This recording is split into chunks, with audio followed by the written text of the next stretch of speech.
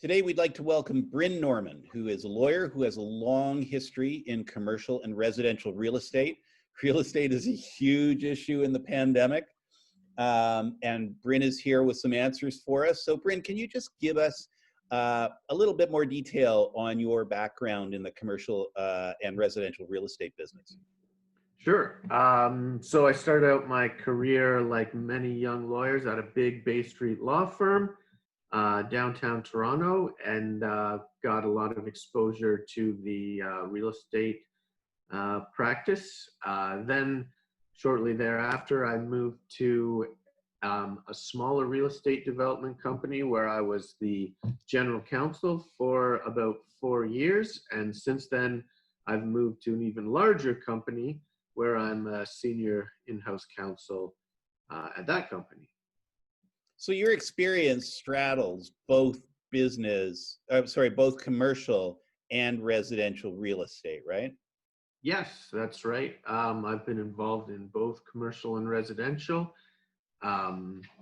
So yeah, happy to share any insights on either of those. They impact one another on a bunch of different levels. So it's hard to talk about one without talking about the other.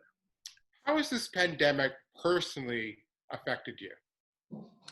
On a personal level, I mean, there was the initial scare and shock of everything, but our company immediately moved all of their employees off-site to work from home.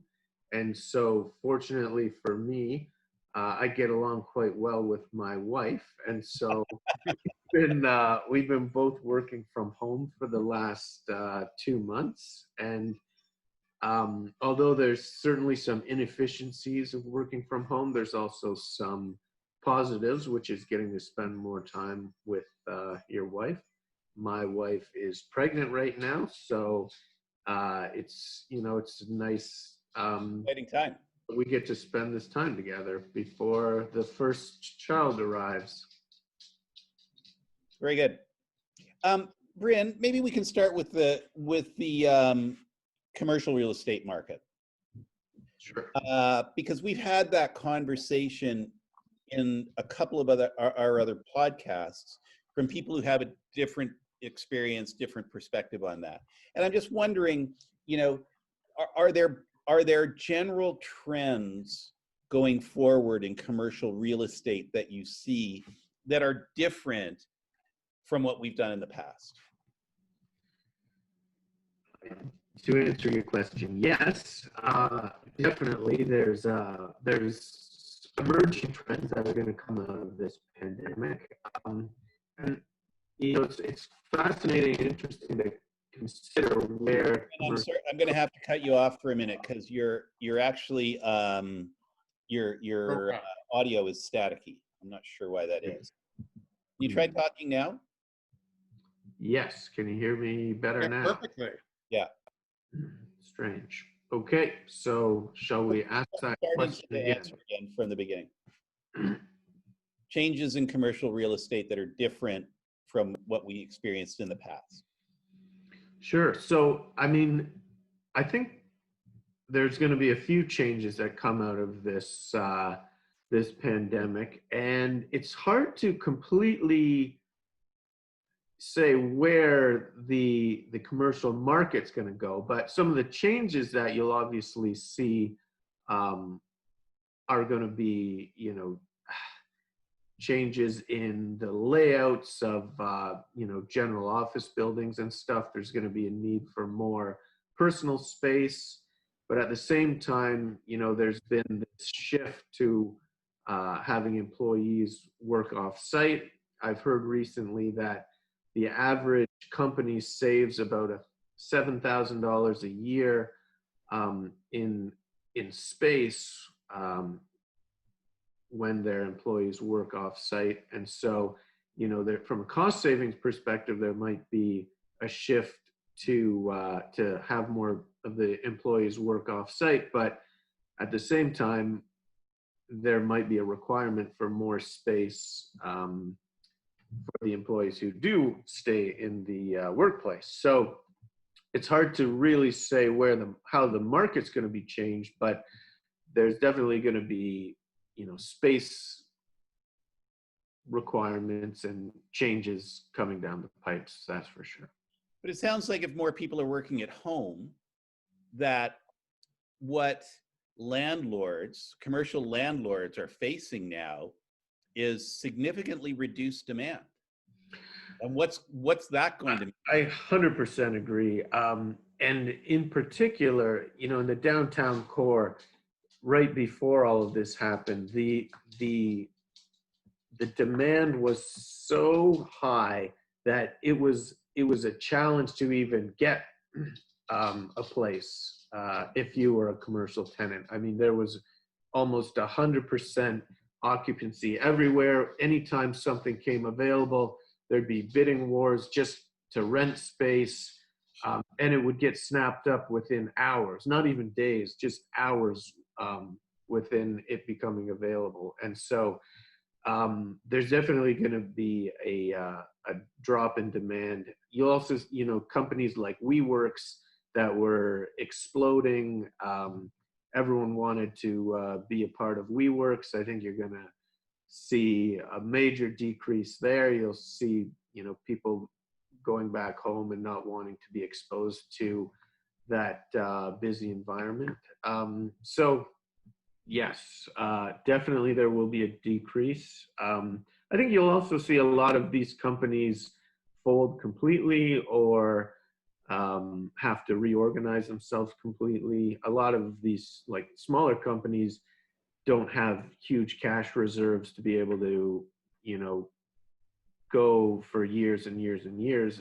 They're almost month to month. And so this, the pandemic will probably eliminate several of these companies completely, also reducing demand. So I think you're ding on the money there that, I wouldn't want to be an investor in commercial real estate going into this pandemic or even coming out of it. From a developer's perspective, how is financing? What's happening there in the whole world is just financing for developers? Banks opening up, banks closing, closing opportunities. Well, it's too soon to fully understand where this is going. Anytime there's an initial shock in the market, the banks are basically a no to everything. And so that's what, we initially saw. Really, really big companies can always get favorable financing. And, so you're going to see a lot more, you're going to see the banks a lot more careful in what they lend and who they lend to. And then further to that, you will see there has been a huge drop in interest rates. And so, borrowing should be a lot less expensive in the short term. But whether or not you can get access to that capital, of course, will be another question. So those are some of the issues that'll be, in the world of lending. Bryn, do you see, so landlords now, let's say, this all unfolds as we think it might, that there is a material reduction in demand for commercial space in a market where, it was a license to print money for landlords. Do you see them now that they've actually, or they may have to work to fill their buildings in the future, and they may have a problem with that because of the lack of demand? Do you see them having to innovate in any ways? I'll give you an example. One of the things that we talked about is if you have a law firm that, let's say, has 5 floors in a building, and they realize that because they're going to shift to the more people home kind of thing, that they only want 4 floors or 3 floors. Well, that's a lot. That's a big hit to the landlord. So just one of the things we said we might see is landlords dedicating one of those floors to common space. So it's got boardrooms and meeting rooms and all that sort of thing there, that are shared by the tenants in the building. Do you foresee any of that kind of thing, or do you think it's going to be business as usual for the landlords? I mean, I think whether or not there's going to be a dedicated common space that's provided by the landlord, that, I'm not really sure about it. It's specific to each building and tenant mix, sort of. But I think you're right. I think there will be a lot of companies, just like the hypothetical one that you created just now with a law firm that was using 5 floors and now they might only need 3. I think you're going to be in a situation where, that there's going to be a reduction in the total, square footage that a company like that would need. They'll probably have a lease that has a term that's expiring. And so at the end of that term, they'll renegotiate and look for less space. But I think there'll also be situations where tenants can't even wait until the end of the term. And they might just say, either I'm taking 3 floors going forward, or I'm out of here completely and you can sue me. So how do they do that when they're under lease? Well, they'll be liable for the damages under the lease, but there will, but when it's the difference between your business surviving and not, I think there will be those conversations with the landlord that'll be completely based in business and not legal. And Ian, I just think there's going to be new rules going forward. That yes, they would have been liable in the past, but I think there's just going to be conversations and considerations that just change the rules. I mean, I think, the law is the law, and, you've agreed to what you've agreed to, but, from a business perspective, it's better to have a tenant that can afford to pay rent on 3 floors than a tenant who can't afford to pay rent on 5 floors, especially for longer leases. So you think, to Ken's point about the new rules, that where if you walked out on a lease before, the landlord may sue you, which they're, within their rights to do, but now they may be a little bit more flexible because it might be half the building that's wanting to walk away. Is that sort of a new rules kind of thing that you might see going forward? And I don't know if it's a new rule thing. I think it's more of just a trend you're going to see. So, but just, I mean, it's becoming a business reality now that these companies aren't going to need this huge amount of space. I think, so many of these companies' revenues are going to be impacted by this pandemic and how they come out of it. Some of them will thrive, some of them will suffer, and some of them are going to have those conversations about reworking their leases just to survive. Right. Maybe we can switch direction into the residential market. Bryn, what do you see as what's the grand wash there? What do you see happening in residential? Well, fascinating. I've heard even in the these last 2 months, condo prices in Toronto have dropped as much as 10% already. And so on a typical condominium building, condo unit, that's as much as a $60,000 drop on average per unit. So, I mean, right out of the gate, that's a massive, massive drop. And where do I think it's going? I mean, personally, I'm not comfortable being in a condominium building at this point because there's just so many people.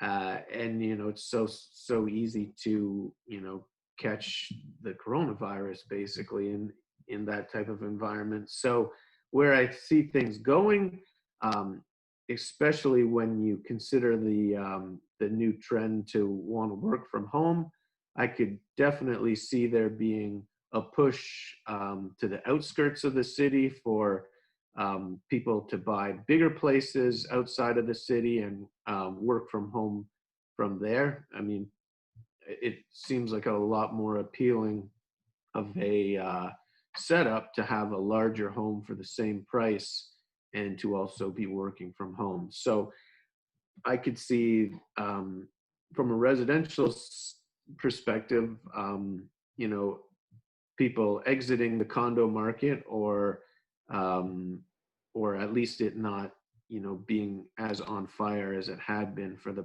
you know, past 10 years, and maybe a little bit more of a push to larger places on the outskirts of the city. Bryn, you really raise an interesting point. In downtown Toronto, there has been this trend to higher and higher with buildings of upwards of 100 floors per unit.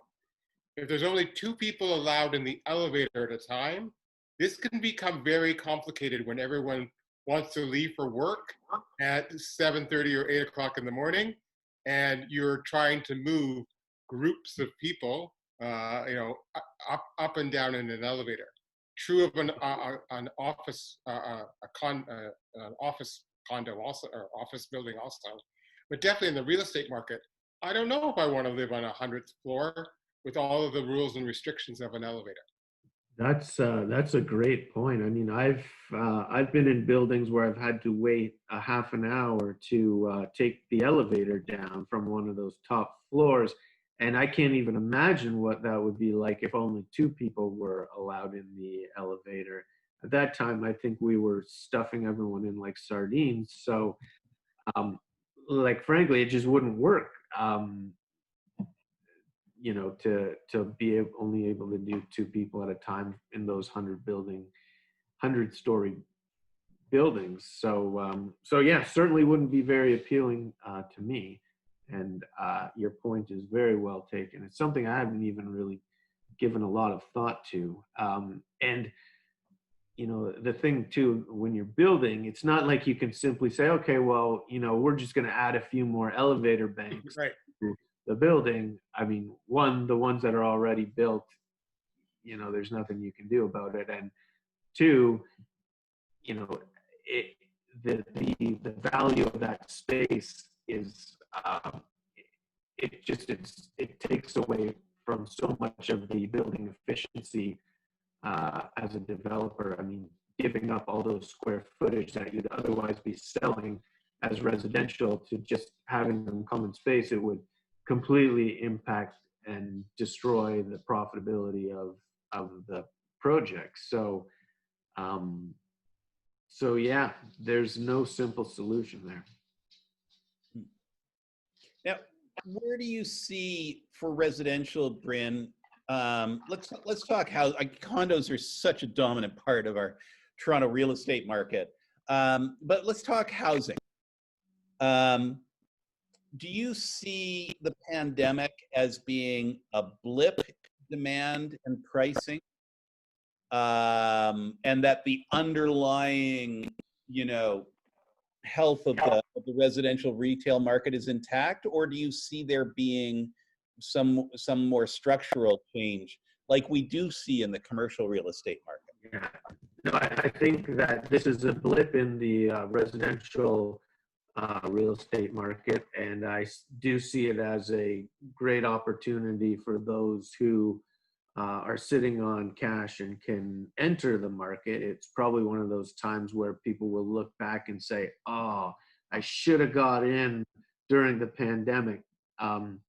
Fortune has always favored those who act greedy when other people are panicked. And so I definitely see this as a buying opportunity for those who are in a position who can actually buy right now. So the fundamentals in Toronto aren't changing. There's a housing shortage. It's not changing as long as you know, there's continues to be all this migration into Toronto.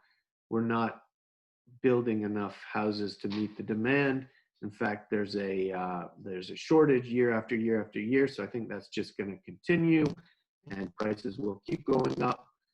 And so this is one of those rare opportunities where if you move quickly, I think you can get a good deal. And in a few years from now, you'll be patting yourself on the back saying, that was the smartest thing I ever could have done. Interesting. Up top, you said, I wouldn't be investing in commercial real estate now, but you're bullish on residential. Correct.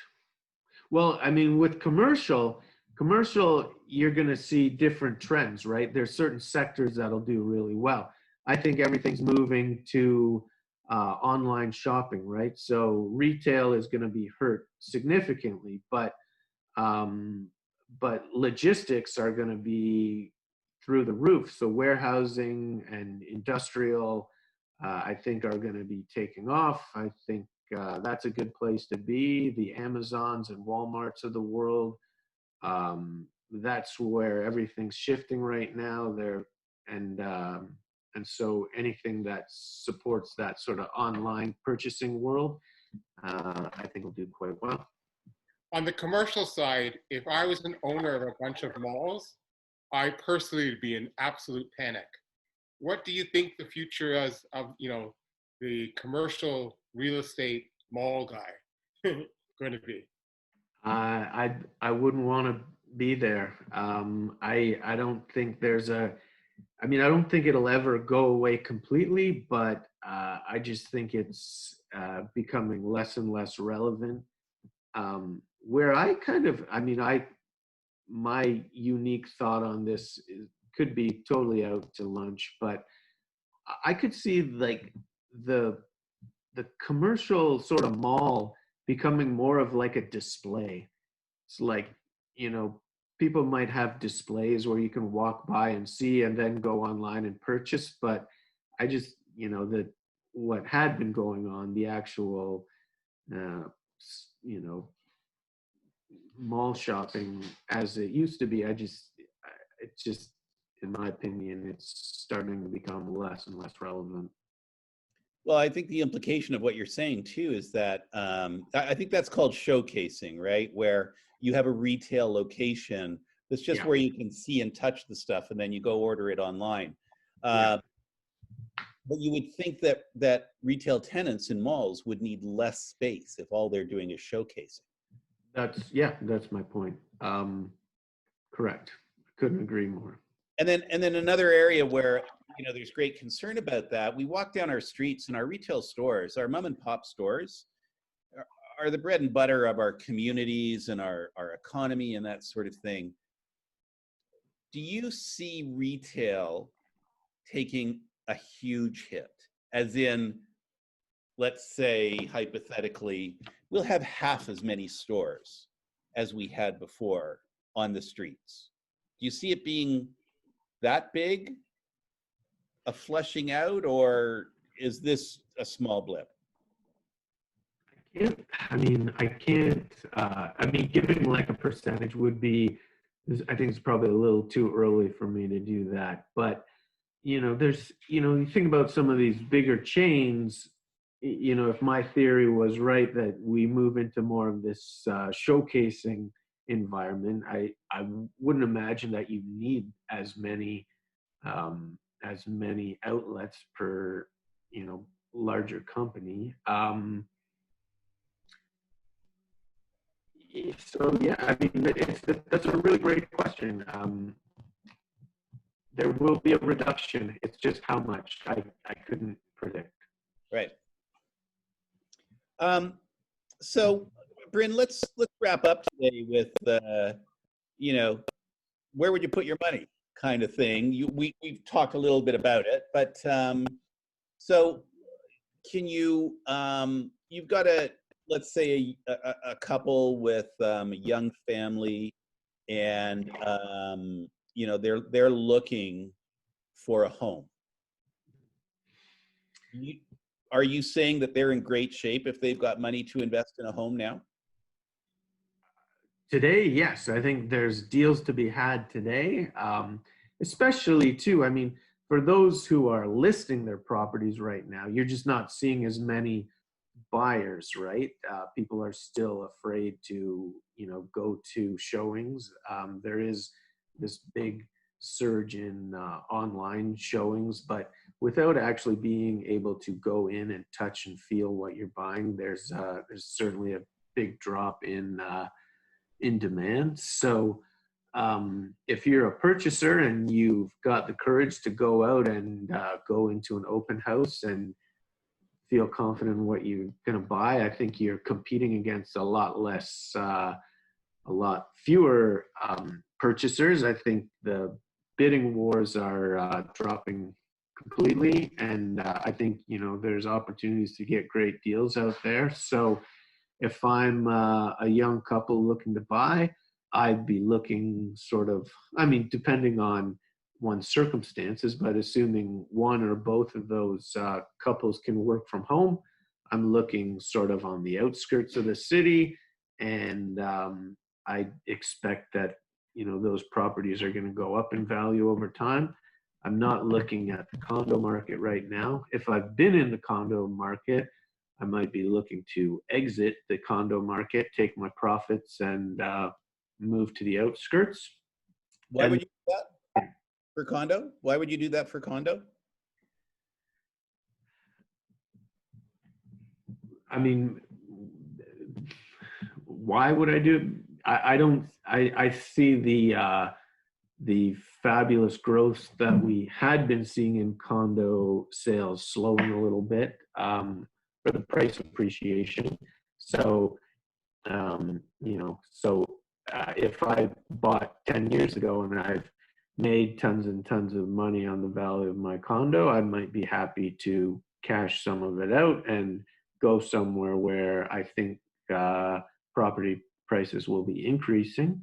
So that's one of the reasons that I would do it. And another reason is just completely safety related. And then, so two more scenarios. You're let's say a young person looking to buy one of these starter condos, a 500 square foot, 1 bedroom or bachelor or whatever. Yep. So those were going like hot. Would you tell that young person to steer clear of that for now, or is that still a good place to go? Well, listen, I don't think it's as good of a place to go as it was, but as I said, there's still a housing shortage in Toronto. There will always be a need for housing anywhere, and so it's just whether or not buying right now is the right decision for condominium units. I'm just not sure.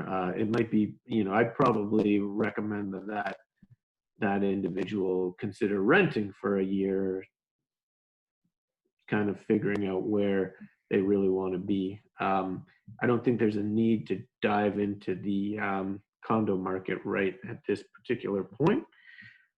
But that's just my thoughts. Things change rapidly.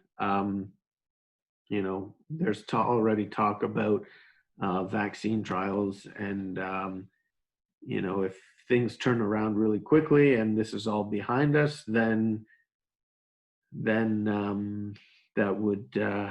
that might help the situation. But I also at the same time don't think everyone's just going to forget this too quickly, and that's why my call to head to the outskirts stands, regardless of how fast the vaccine comes out.